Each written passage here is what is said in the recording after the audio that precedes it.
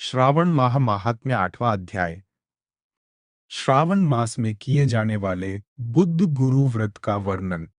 ईश्वर बोले, हे सनत कुमार, अब मैं समस्त पापों का नाश करने वाले बुद्ध गुरु व्रत का वर्णन करूंगा, जिसे श्रद्धा पूर्वक करके मनुष्य परम सिद्धि प्राप्त करता है। ब्रह्मा जी ने चंद्रमा को ब्राह्मणों के राजा के रूप में अभिषिक्त किया। किसी समय उसने रूप तथा यौवन से संपन्न तारा नामक उसकी रूप संपदा से मोहित होकर वह काम के वशीभूत हो गया और उसे उसने अपने घर में रख लिया। इस प्रकार बहुत दिन बीतने पर उसे बुद्ध नामक एक पुत्र हुआ, जो बुद्धिमान, सौंदर्यशाली तथा सभी शुभ लक्षणों से युक्त था। गुरु बृहस्पति को ज्ञात हुआ कि तारा चंद्रमा के घर में स्थित है। तब उन्होंने चंद्रमा से कहा कि मेरी पत्नी को वापिस कर दो। अनेक तरह से समझाने पर भी जब चंद्रमा ने तारा को वापिस नहीं दिया, तब बृहस्पति ने देवताओं की सभा में जाकर देवराज इंद्र को यह वृत्तांत बतलाया और कहा, हे शक्र, आप देवलाओं के राजा हैं, अतः अपनी आज्ञा से आप उसे दिलाएं, अन्यथा उस चंद्रमा के द्वारा किया गया पाप आपको ही निसंदेह लगेगा, क्योंकि शास्त्र निर्णय के अनुसार प्रजा के द्वारा किए गए पाप को राजा भोगता है। पुराण में भी ऐसा कहा गया है कि दुर्बल का बल राजा हो। गुरु का यह वचन सुनकर चंद्रमा ने कहा, मैं आपकी आज्ञा से तारा को तो दे दूंगा, किंतु इस पुत्र को नहीं दूंगा। शास्त्र के अनुसार विचार करके देवताओं ने उस बुद्ध को चंद्रमा को दे दिया। इसके बाद गुरु को उदास देखकर देवताओं ने उन दोनों को वर प्रदान किया, हे चंद्र, अब तुम घर जाओ। यह तुम्हारा भी पुत्र है और बृहस्पति का भी है। यह तुम्हारा पुत्र ग्रहों में प्रतिष्ठित होगा। हे सुराचार्य, आप यह दूसरा भी शुभवर ग्रहण कीजिए कि जो बुद्धिमान व्यक्ति आप दोनों बुद्ध गुरु का व्रत मिलाकर करेगा, उसकी संपूर्ण सिद्धि होगी। यह सत्य है, इसमें संदेह नहीं। शंकर जी के लिए अत्यंत प्रिय इस श्रावण मास के आने पर जो लोग बुधवार तथा बृहस्पतिवार को पूजन व्रत करेंगे, उन्हें सिद्धि प्राप्त होगी।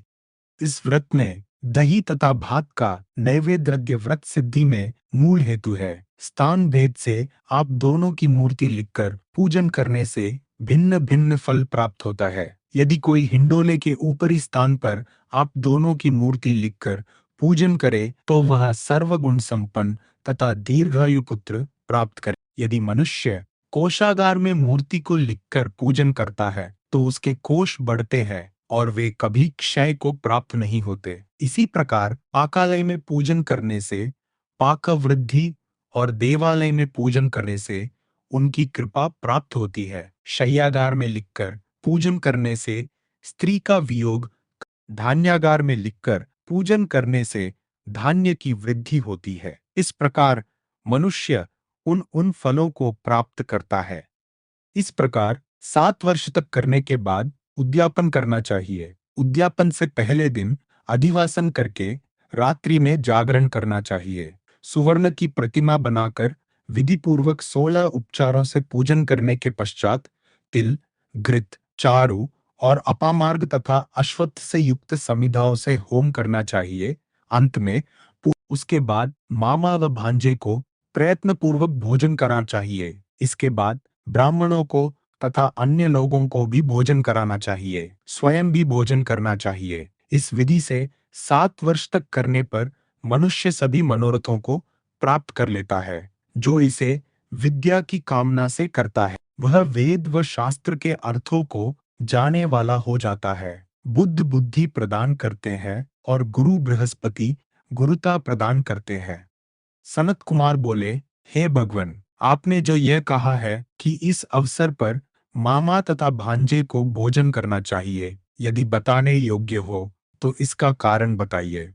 ईश्वर बोले, हे सनत कुमार, पूर्व काल में अत्यंत दीन तथा दरिद्र कोई 2 ब्राह्मण थे। वे मामा भांजे थे। उदार पूर्ति हेतु परिश्रम पूर्वक भ्रमण करते हुए वे दोनों किसी नगर में मांगने के लिए गए थे। उन्होंने घर घर में श्रावण मास में प्रत्येक वार उस वार का व्रत हो देखा, किंतु कहीं भी बुद्ध गुरु का व्रत नहीं देखा।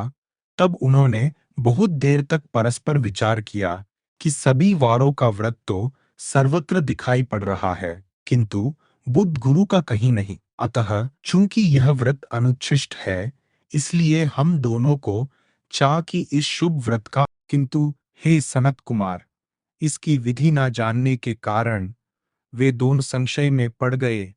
तब रात्रि में उन्हें स्वप्न में इस व्रत की विधि दृष्टोगोचर हो गई। इसके बाद उन्होंने उसकी विधि के अनुसार व्रत को किया, जिससे उन प्रतिदिन उनकी संपत्ति बढ़ने लगी और सभी लोगों को ज्ञात भी हो गई। इस प्रकार 7 वर्ष तक करके वे पुत्र व पौत्र आदि से संपन्न हो गए। उसके बाद उनके ऊपर प्रसन्न हो बुद्ध व गुरु प्रकट हुए और उन्होंने उन दोनों को यह वर दिया, आप दोनों ने हम दोनों के निमित्त इस व्रत को प्रवर्तित किया है, अतः आज से कोई भी इस शुभ व्रत को करे, उसे उब की समाप्ति पर मामा तथा भांजे को प्रयत्नपूर्वक इस व्रत के प्रभाव से उसे सभी कामनाओं की परम सिद्धि हो जाती है और अंत में चंद्र सूर्य पर्यंत उसका हमारे लोक में वास होता है।